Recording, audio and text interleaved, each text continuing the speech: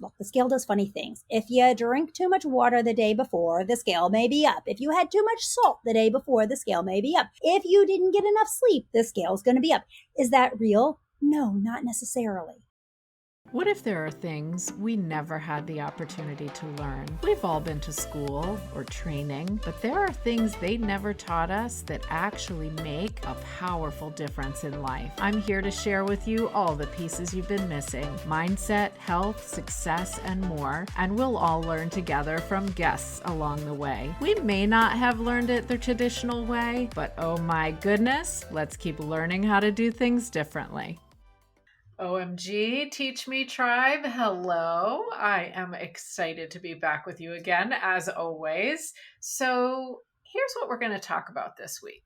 We speak on this podcast quite a lot about healthy habits. And by that, I mean we've done episodes on gut health, on movement, whether it's strength or walking. We've done an episode on sleep, on healthy meals, all the things. And at the same time, do you really know what healthy means? That's the question. It's one of those words that maybe we've thought through or we haven't. Does it really have a definition that you can kind of use for yourself? Maybe it's confusing. So today we're digging in to help you understand what in the world do we mean when we talk about healthy. And my guest today to help us with this is Lesley Zwick.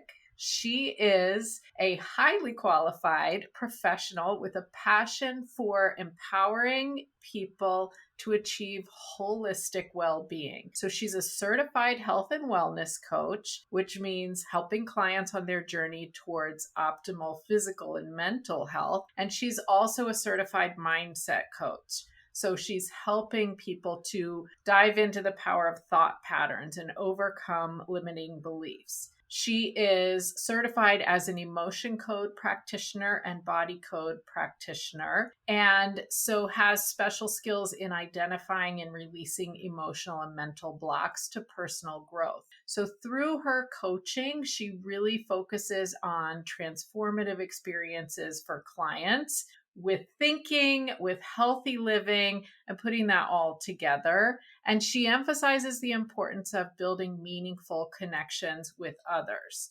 So I am super excited to have you join us today, Lesley. Hello. Hello. Thank you so much for having me. I'm excited to be here. I am so happy that you're here. And I always like to start with your story. So I feel particularly that people who work in the type of career that you work in, where you're doing something really meaningful, I'm sure for you and for others, I feel like there's always a story about how we get there. So how did you end up working as this holistic life performance coach?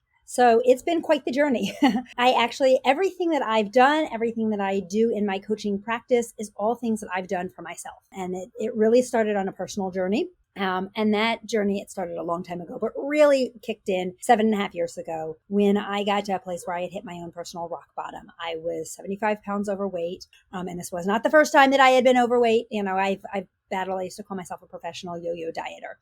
I have battled that for my entire adult life, starting as a teen and then all the way up. And so I was 75 pounds overweight. We were deep in debt. Emotionally, I was a mess. Depression, anxiety, all of the pieces. And I hit that rock bottom. And I woke up one morning, and I know exactly when it was because it was February 22nd, 2016. It was my 39th birthday. And I looked in the mirror and I said, I can't do this anymore. I can't live like this anymore. And there had been a series of things that had happened over the previous years before that, the last 6 years before that. But this was sort of my final straw. And I said, I can't live like this anymore. I cannot live not feeling good physically. I cannot live in this state of fear, financial fear of, we're going to lose our house and we're going to lose this, and not being able to care for my family the way that we wanted to be able to care for our family. And I wasn't the mom that I wanted to be. I wasn't the wife that I wanted to be. I wasn't living the life I had dreamed of living. And I just completely just hit this rock bottom. And I said, I've got a year, when I turn 40, this is all going to be different. And I had said those things before. How many of us, right? We say that we wake up, the diet's going to start on Monday, that this is going to start on Monday, whatever it is, I'm going to dig myself out of the financial debt starting on Monday, like this last purchase, right? We hear the story all the time, over and over and over and over again. I'm going to fix my relationship with so-and-so starting on Monday, fill in the blank. I'm going to do it starting on Monday, or I'm going to do it starting on the first of the month. And I got to that point where I said, no, I'm done. This buck stops here. I have to change my life. And it did start with the physical health, because that was the place I knew where to start. I knew how to do that. Losing weight is based in science. And I had done it before. And so I decided when I was going to do it, I was going to do it differently this time. I had done it before. You name the weight loss program, I have done them all. But I decided it was time to do it differently. And I knew that I had to work on my outlook on life and my mindset and my relationship, the most important part, the relationship to who I am and who I truly am inside. And I needed to reconnect with that. Why do 85% of us who go on a quote unquote diet put our weight back on? Some of it's habits. We don't break those old bad habits, but why do we not break those old bad habits? We hear this all the time. 85% of the people who go on a diet put their weight back on within 2 years. And I go deeper than this, right? Yeah, we don't create new habits. Why do we not create new habits? Because we're not connected truly to ourselves and who that person is inside. And we don't feel worthy of keeping the weight off. We don't feel worthy of living a healthy life. We don't feel worthy. And these are all so deep, such deep things. And I did not understand this 7.5 years ago, when I started this process. I had no comprehension. I just knew I had to do it differently. I knew that this time I did not want to be part of that 85% that didn't keep their weight off this time, gained it back and some. That was not going to be my life anymore. And so I got a coach who started helping me and taking me down this journey. And shortly, not far into it, 30, 45 days into my journey, I had lost some of the weight. I lost 75 pounds in the course of 7 months. So I lost the weight pretty quickly. Wow. But things started to change, not just the weight dropping off, but things just started to change very quickly in my demeanor, in my outlook on life, in the way I started interacting with people. I started to make a quick shift, and people started reaching out and saying, what are you doing? They noticed it, and they weren't just noticing the weight loss. It was that whole shift in my attitude in life, my whole shift around my kids, around my husband, around being out in, just everything started to change. And I came back to life. It was like I had been walking around alive, but not really alive for a long time. And people noticed this and started asking, what are you doing? And so I told them, and they said, well, will you help me too? And I said, okay, right? Like with this total imposter syndrome of who in the world am I to ever help anybody change their life and get healthy, because I had no idea what in the world I was doing. It became this journey. And so it started with the weight loss and wellness. And then as I started to lose that weight and started to reconnect deeper and started to really start to dive into my habits of thinking, because habits of thinking are just like any other set of habits. Mm-hmm. Habits of thinking, and we don't realize it. They're just habits, just like learning to drink water instead of sodas, right? That's a habit that we can create. And so our habits of thinking also can be shifted if they're not serving us. And I started really diving in, and I worked with a habit coach, a habits of thinking coach as part of my transformation, and really knew that I had to shift the way I looked at the world and shift those habits. Everything that I've done over the last 7.5 years, it started with me. So it started with me working on that, passing it on. This has all morphed into a place 7.5 years ago. I never would have guessed that this is what I was doing. Those are the best stories, when you look back and you just realize, how could I have imagined where I would be? Mm-hmm. I love that. Yep. Absolutely. And we can't imagine it. That's one of the things that I teach people is, we have a vision. Here we are standing on this side of the Grand Canyon, right? And most of us are just spinning in a circle. We're stuck. Mm-hmm. Everyone is stuck in some way. Even if we're on a journey to get better, something is there. We're stuck, and we're just spinning and spinning and spinning and spinning. So the first piece is we have to stop that spin. But when we look out, we see across the Grand Canyon, and we see that goal of whatever it is that we want. And when I started this journey, when I looked across that Grand Canyon, I saw 75 pounds off. That was all I saw, because that was that first goal. I couldn't see any more than that, because I couldn't even envision it. But as I started going through the process to make that change and to start to build the bridge across to get to that future version of myself, that journey, that vision has changed. I'm not there yet. You don't get to that. You don't spoiler alert, you don't get there as long as you're still alive. But you keep getting closer, but the vision changes and it expands and it grows, and things that you can't even think about in this moment will transform and change. And that's what's really powerful. So we have to have that first vision, and we have to have those first steps to start getting there. But we can't even see it yet. Yeah. One of the things I love that my success coach says to me is, we're either growing or we're disintegrating. Yep. And so that's kind of what you're saying. We're always growing towards the next thing. And if we're not, then we're kind of falling backwards and just kind of, ugh. There is no maintaining, in anything. You don't just stay put. You're either growing or you're shrinking. There is no in between. So, and sometimes the growth doesn't feel like the growth, but even teeny tiny baby steps is growth. Yeah. It could be uncomfortable. Yeah. It actually, the truth is, the transformation is in the trigger. The transformation is in the challenges, because those are what, if it's always smooth sailing, then you're really probably just stuck and staying in the safety. To grow forward and to move forward, we have to fail forward. We're going to have things that are going to be hard. We're going to have things that are going to challenge us. That's okay, because that's when we learn, I made it through and I'm still alive. All of us have survived 100% of our worst days. We're still here to tell the story of it. True. And we've probably learned from it.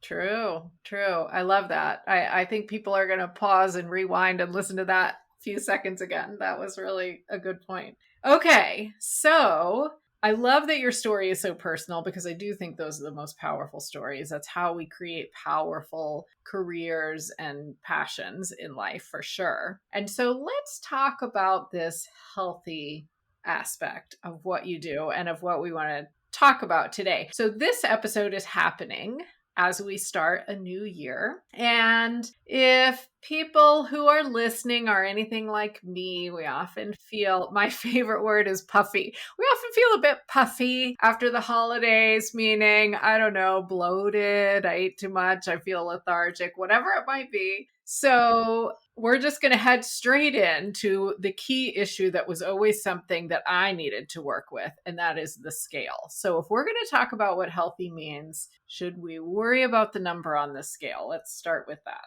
So the number on the scale is just a measurement, and it's a tool. It is definitely a helpful tool, and it keeps us a little bit focused, but I like to take the focus off of the scale and what that number is, because sometimes it's serving us, but I know when I get on the scale, there is never a surprise to me which direction it's going to go.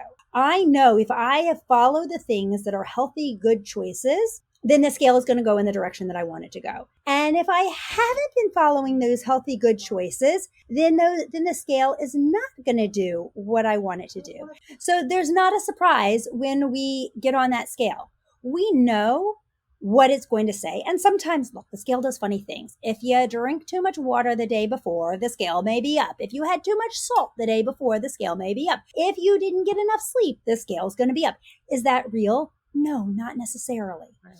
So we look, I tell people to look for trends. And yes, it is one form of measurement, but there are a lot of other things to look at. What is my energy like? How are my clothes fitting? Am I eating what I'm supposed to be eating, or am I quote unquote supposed to be eating? Am I making good, healthy choices the majority of the time? Or am I falling back into, eating things that don't serve my goals? I don't believe there's any such thing as a good food or a bad food. Food is food. Food is energy. And so when we're eating that food, is it the one that's serving my body right now and serving my goals? Or is it things that are not serving the goals that I have? And when we can answer those questions, the scale is going to do exactly what it needs to do. The scale is literally the measurement of our gravitational pull to the earth. That's it. Right. And, as a health and wellness coach, as a weight loss coach, I've had plenty of clients who, started up way over 200 pounds. They get down to 199 and it's this huge celebration because they're in Wonderland, right? Wonderland feels amazing. And it is. And we definitely want to celebrate it. It's a success. It is one form of success. But, and then they keep going and maybe they get down to 180, 175, and then life happens. And they fall back into some old bad habits and whatever. And the scale starts creeping back up and they hit that 199 again and they freak out because now they're 1 pound away from 200, where however many months ago, that was this huge celebration. And that 199 now is depressing and horrible. Well, there's no difference in that 199. It is that same gravitational pull to the earth. It's how are we looking at it? It's what relationship do we have with that number at that moment in time? And we give a lot of power to that number. We give a lot of power to that inanimate object that is run by a battery. We give it so much power, and it shouldn't have power, right? It's not, it's a reflection on the habits of what we're doing. And if we're not happy with what that number says, then that's when we need to dive deep in and say, what's in here? What's inside me that I can shift if I'm not happy? What am I really not happy with? It's not about the number on the scale that I'm not happy with. That's a reflection of other. Yeah. That's a reflection of I've been turning to some bad habits because something else is going on. And that's where we want to start to look at it of what are my habits? What are my habits of thinking? How am I viewing myself? Do I feel worthy of actually keeping this weight off? Because that's a huge piece of it. Huge piece of it. 85% of the people that go on a quote unquote diet put their weight back on within 2 years. And why is that? Because they're not connected mindset wise. They don't really feel deep down someplace. They don't feel worthy of actually being healthy. If they felt worthy of having a healthy body and a healthy life, they'd be doing everything, myself included. This is an ongoing struggle for me, right?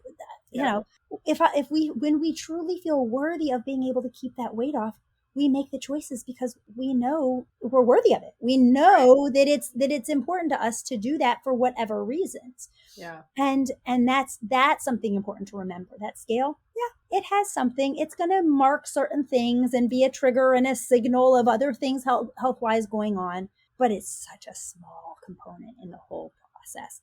And when I learned that, I was one of those people that was totally addicted to the scale. I'd get on the scale every single morning and I would freak out over it. And that's the first thing I tell clients, do not get on the scale every day, once a week tops, right? But now I'm on the scale maybe twice a month because I know if I've been eating the things that are serving me or if I haven't been eating the things that are serving me. I don't need that scale to tell me that. Yeah. One of the top tips that I give people, especially if you're in a process to try to lose, in a place that you're trying to lose the weight and get healthier. First of all, don't get on the scale every single day. that will just make you crazy. And even if you think it doesn't, some people say to me, it doesn't, it calms me because I can, or it excites me because I see that it makes you crazy. It puts an anxiety on you that you do not even realize you have until you stop doing it. And I challenge you, if you're an everyday scale person, take the challenge and switch to once a week and see how differently you feel during the week when you don't have to worry about it. But if you really have to interact with that scale, get yourself a pad of sticky notes, Post-it notes. And every single day, instead of getting on the scale, keep that Post-it notes right in your bathroom next to your scale. And in the morning, instead of getting on the scale, write yourself one non-scale victory that you had the day before and put it on that scale. So when you weigh in once a week and you look down before you get on that scale, read to yourself all those non-scale victories. You're going to, without even getting on that scale, if you've rocked your plan, whatever your plan is during the week, you're going to see that right there. And you're going to feel really proud of yourself. And whatever the scale does, it does. And if you haven't rocked your plan that week, you're going to say, okay, I could have done some things a little differently. But it's all about the choices that you made. Yeah. And instead of what that scale says, because I've had plenty of clients who have rocked their plan all week long, stuck to it perfectly, and gotten on the scale, and it just hasn't cooperated. Women, depending on where they are in their cycles, again, like I said before, they didn't sleep as well the night before, they had too much water, or not enough water, or they ate more salt, or whatever it was the day before, and the scale, shows some crazy number that's not real, and then they're really depressed. But when you have all those things, and you're like, wait a minute, this is not real because look at all these healthy choices I've made for the past week. No way is this real. Right. And right. Remembering that a pound to lose or to gain a pound is 3,600 unused calories, which if we're talking science. So when somebody calls me and says, oh my gosh, I gained 5 pounds in this past week, but I've really stuck to my program, and I know they've stuck to their program, even if they messed up, even if they made a handful of not good choices, 5 pounds times 3,600 calories is close to 20,000 extra calories in the week. You really had to blow it to put on 5 pounds. Okay, just scientifically, it doesn't make sense, which that says you're holding water for some reason. So, I see what you're saying. Okay. We get caught up in that because it's not real. I can promise. Yeah. If you really stuck to your plan and you're up a crazy number of pounds, give it a few days and I promise you it's going to balance back out. Yeah. So it's not real, but we think it is. Yeah. And it messes with our minds. And often I think I'm glad you're saying all of this about the scale, and that's kind of why I asked the question. So we kind of want ways to not just measure ourselves, but maybe make ourselves feel bad, and there's no place for that, right? And I also like that you said a lot of this is about mindset, because years ago when I was trying to lose weight, I tell this story a lot, but so I'll make it short.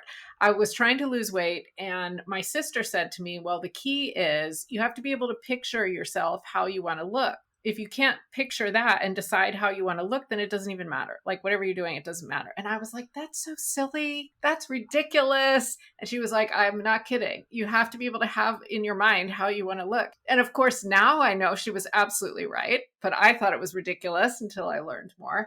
That's what you're saying too. So Yeah. Yeah. But sometimes we can't picture it. When I was 75 pounds overweight, I couldn't at the time, and I had lost the weight before, but I couldn't see myself in a healthier body. And even when I lost the weight, it took me a good year before I could look in the mirror and actually not see myself as the 75 to 100 pounds overweight. So sometimes we can't picture it, but we give ourselves those other things to focus on, to measure it by. Look at all these healthy habits I've created. Start documenting how many days do you hit your water goal? How many days do you actually get up and go take a walk?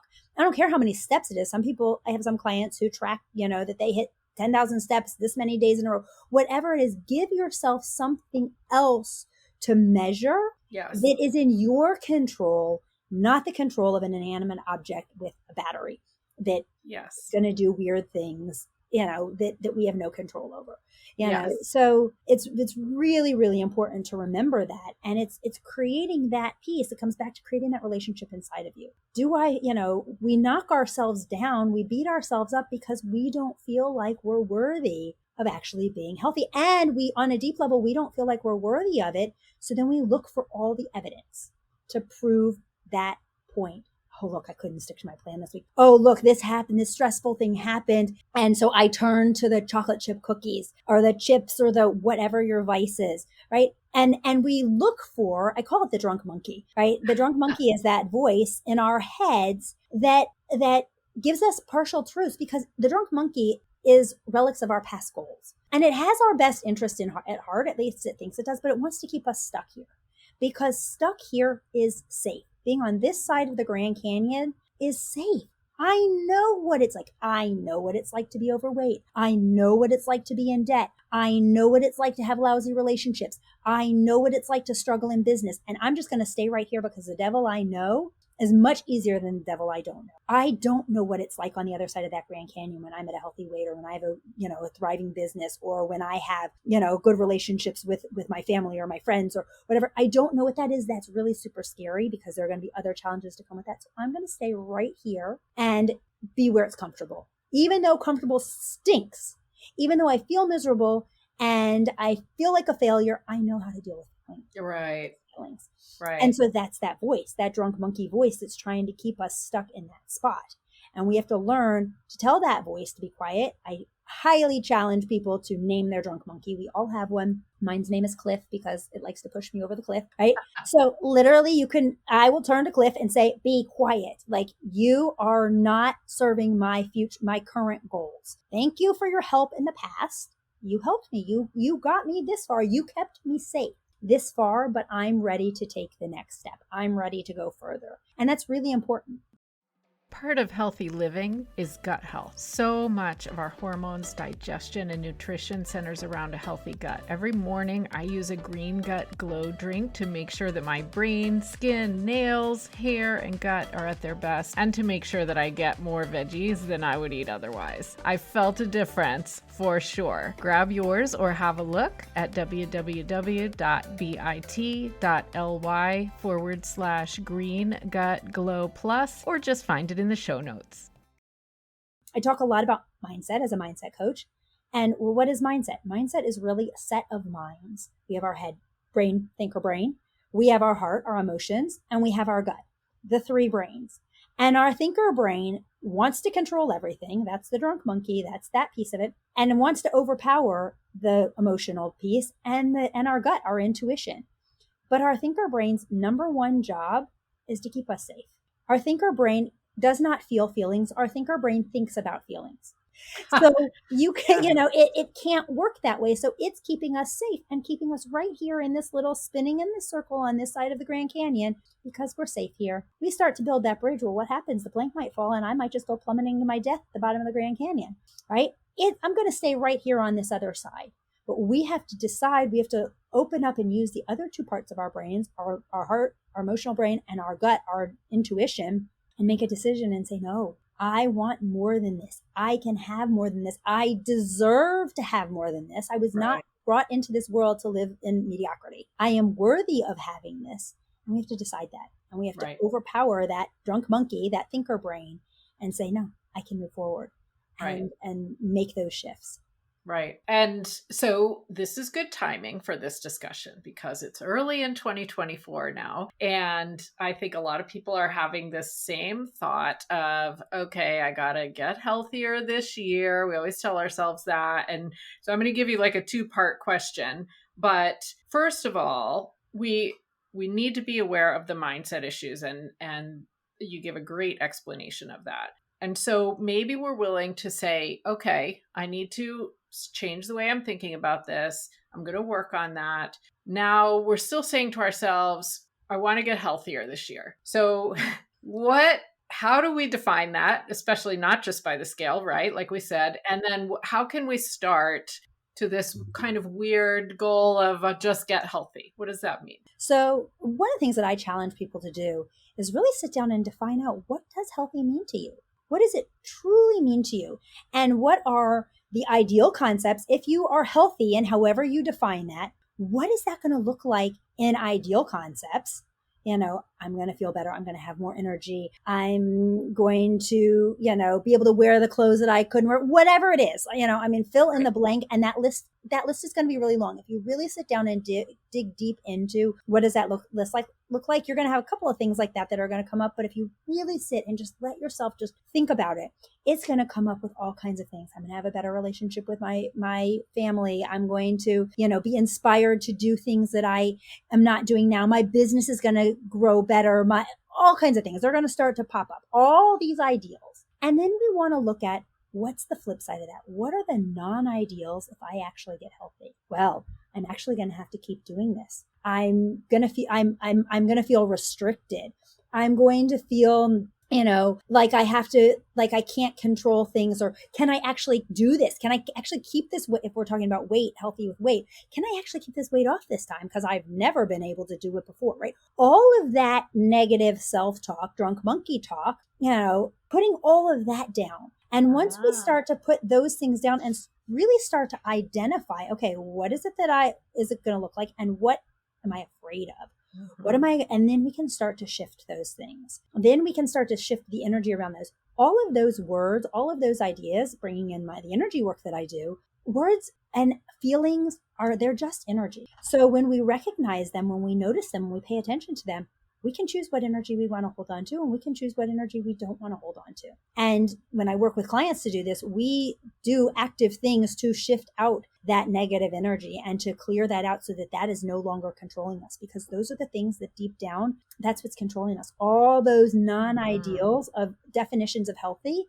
that's what's going on. That's what's happening when we go to self-sabotage ourselves because I've never been able to do this before. I've always struggled with this. I always quit on myself. All those things. And we don't usually verbalize them, but they're there. They're whispering that energy of it. We're carrying that energy of it, and it's driving us. And so it's really, really important. I actually take people through a process. I call it the shift process.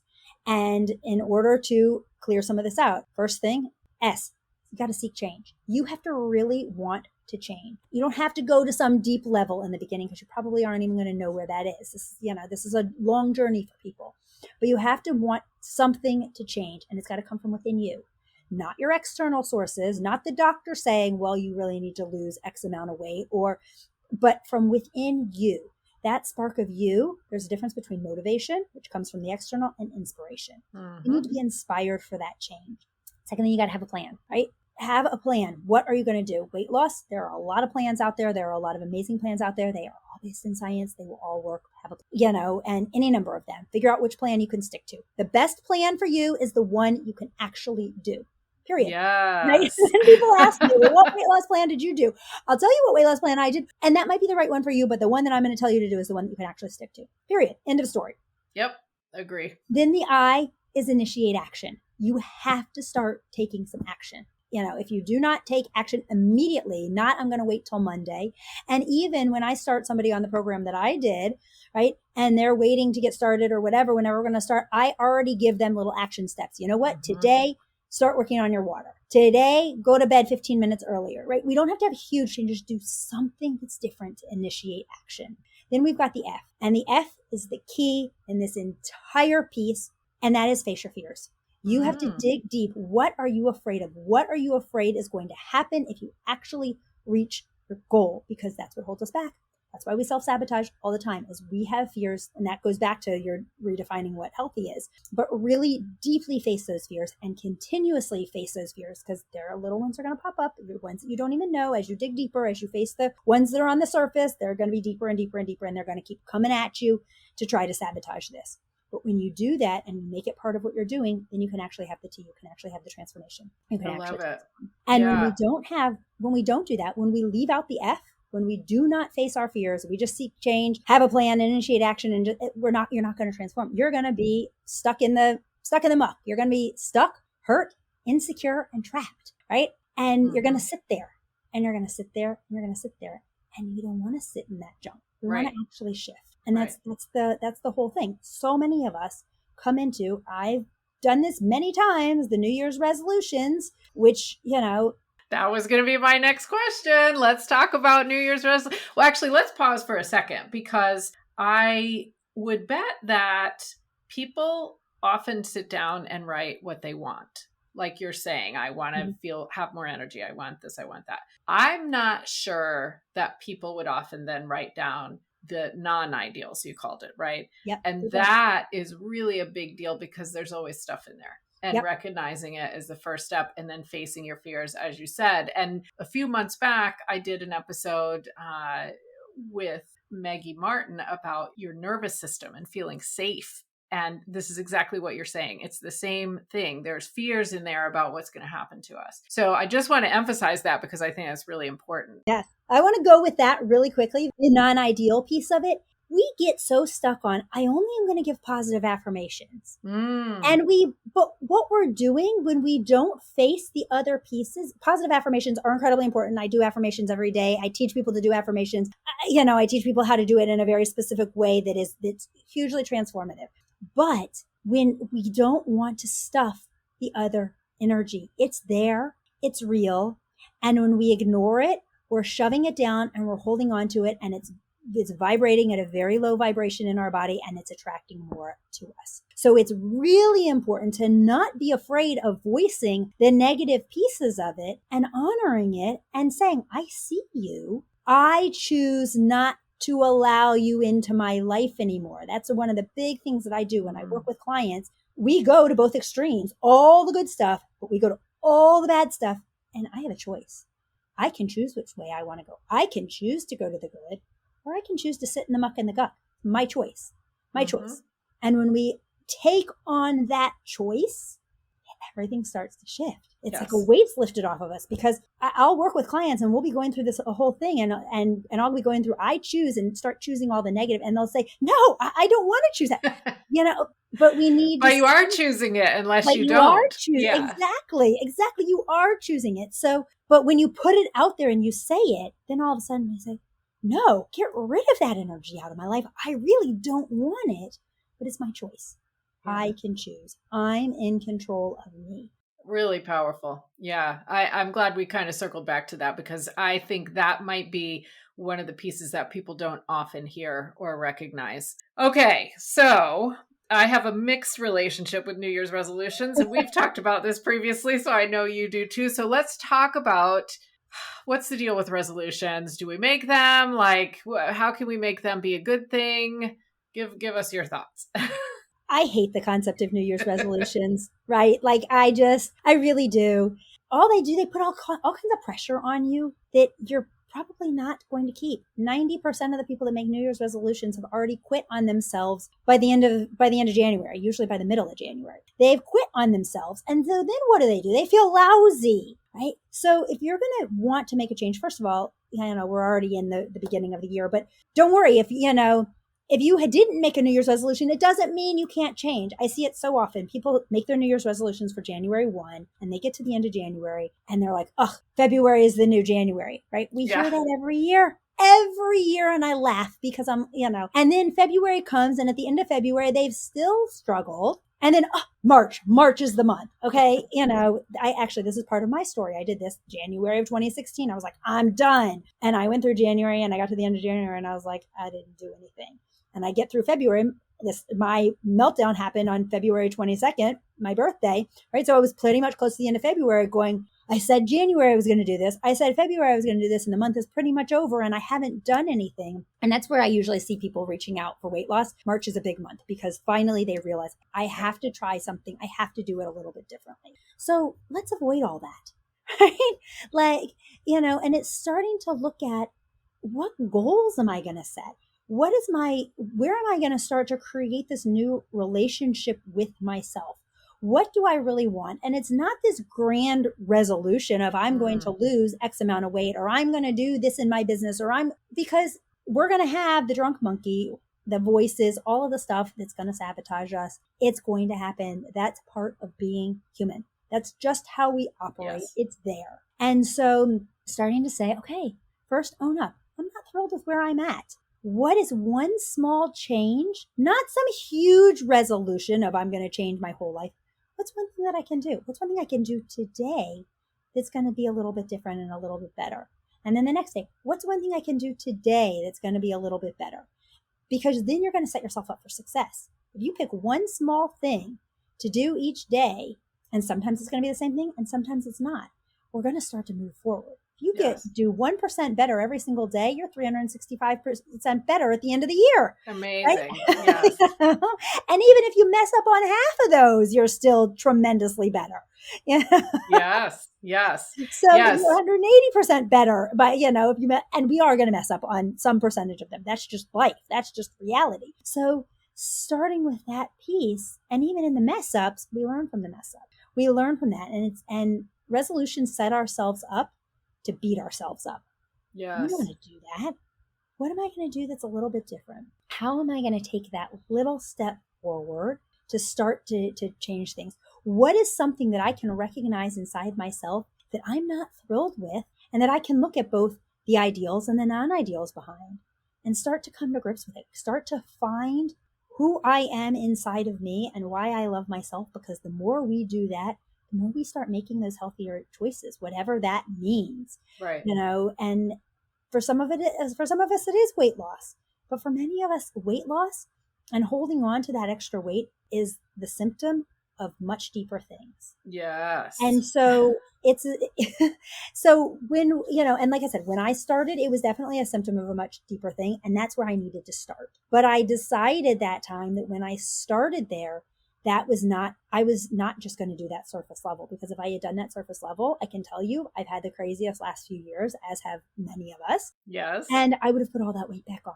But because I didn't just keep it surface level, I've kept my weight off. I put a little bit of it back on. Okay. But I don't worry about it. It's such a different concept now. I don't get on the scale every day. I don't care. Like I said before, I know if I've made healthy choices or if I haven't made healthy choices. I don't need the scale to tell me that. Yep. I know when I've stuck my hand in the bag of chocolate chips 12 times in a day, that those were not healthy choices. It's just the reality. And though I have those days, we all have, we all have those days. Right? Chocolate chips are totally my vice.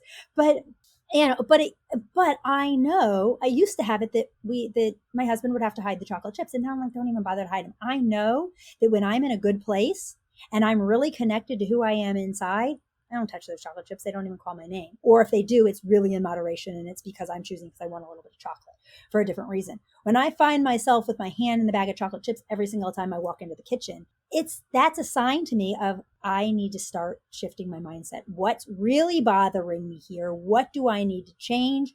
What do I need to focus on? So I don't have him hide any of the stuff anymore because it served me. It was a great tool for a while, but I need that trigger there because the transformation is in the trigger.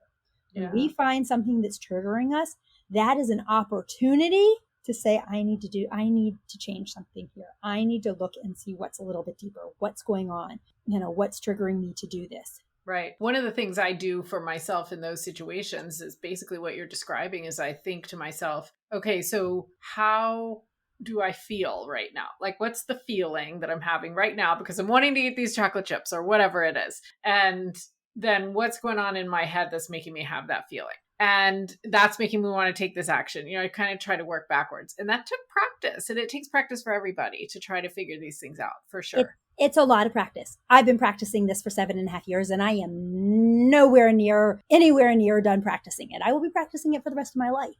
And that's the thing that I also want to tell people, that you will slip back into old bad habits. That is absolutely okay. There is no shame in it. There's no guilt in it. There shouldn't be shame or guilt or any of that. I don't like the word should, but we want to stay away from the we should all over ourselves. Yes. We don't want to let that shame and guilt take over, because it's going to happen. When that happens, it means we're human. It means, it means we're completely quote unquote normal, because we all do it. Habits are neural pathways in our brains. You can never get rid of an old habit. And it's never gone. As much as people say, I want to break a habit, you cannot get rid of an old habit. We can create new ones, and we can create new neural pathways. But if you've had a habit for 30, 40, 50 years and you are working on a new habit, even if you've been working on it for 5 years, that neural pathway is not going to be as strong as the one that you've had for 30, 40, 50 years. And it can cover it up. But when things happen, you're going to slip back into those old habits. Now let's look at what's triggering that. Right. And can we work through some of those triggers? Can we shift some of those triggers? Can we remove some of those triggers so that then you can feel like you have the strength to go back to the new habit that you created if you choose to? Right. And when you start doing that, it shifts everything. Yeah. And I like one shift that you made, and maybe I don't even know if you realize how big this is, but I suspect it will be big for people. And that is to think, okay, I was able to do this before, so that means I can do it again. And I think people often tell themselves, I was able to do this before and I'm not doing it now, so that means I'll never be able to do it again, which is not true, right? But I think we get stuck in that sometimes. Yep. Or it's, I couldn't keep it up. So I couldn't, so why, if I try again, am I going to be able to keep it up the next time? But you can. And even if you do it the next time and you fall off again, that's okay. We beat ourselves up. We're so hard on ourselves, and we don't look at the progress also that was made. That's been the biggest shift, when you can all of a sudden have enough of a change that you do not define yourself based off of a habit that you have, or off of patterns, but you can define yourself, and you can just say, these are just habits. Yeah. These are just thought processes, and I can choose to shift them at any time in my life, anytime I want to. Okay. I love, we're going to end it right there and just shift to kind of wrapping up a little bit, because I think that's really powerful, what you just said. And I think it's going to make a big difference for people. So on that note, how can people get in touch with you or find you if they are wanting to connect, or maybe even wanting to work with you? Yeah, absolutely. So they can for sure find me on social media. Lesley Zwick. Facebook is the best place social media wise, but I'm on Instagram, I'm on TikTok, I'm on Facebook, I'm on YouTube, I'm on all of them. So you can absolutely reach me there. You can also go to lesliezwick.com or resetrebuildrestore.com. Both of them take to me. So the resetrebuildrestore.com is where I talk about my coaching opportunities. And I have a whole variety of different opportunities. I have a group coaching, a subscription-based community group where people come in, and it's a beautiful community where you can come in and we do energy shifting, and we do a whole variety of things in there. And then I have one-on-one coaching and group coaching opportunities. Perfect. For people that want to reach out. Yeah. Perfect. Okay. And I'll make sure that's in the show notes as well, so you can scroll right down and see and click, and that will be great. And so our final question, this is the one that I always ask, because I am always adding to a playlist that we have on Spotify called Mood Lift, because I just really believe in the power of music to impact us in this way. So if you had to pick a song that you love to listen to raise your your vibration, improve your mood, what would you say? I would say fight song. Ah, yes. Love it. Yeah. Love it, love it, love it. That is a perfect choice. I love it. And what a perfect way of starting the year too. Like, maybe that'll be the theme of somebody's year. Yes, absolutely. Yeah. Well, thank you, Lesley, so much. This has been packed full of information, and I know people are really going to appreciate it. And so thank you for joining me. You're welcome. Thank you for having me. Absolutely. I hope you enjoyed today's episode. OMG, I would be so honored if you would take a moment, leave a rating, leave a review, or take a screenshot and share on your social media. Let's get this message out further into the world. Now it's time to head down to the show notes to see the resources I mentioned. We may not have learned this before, but it sure is powerful now.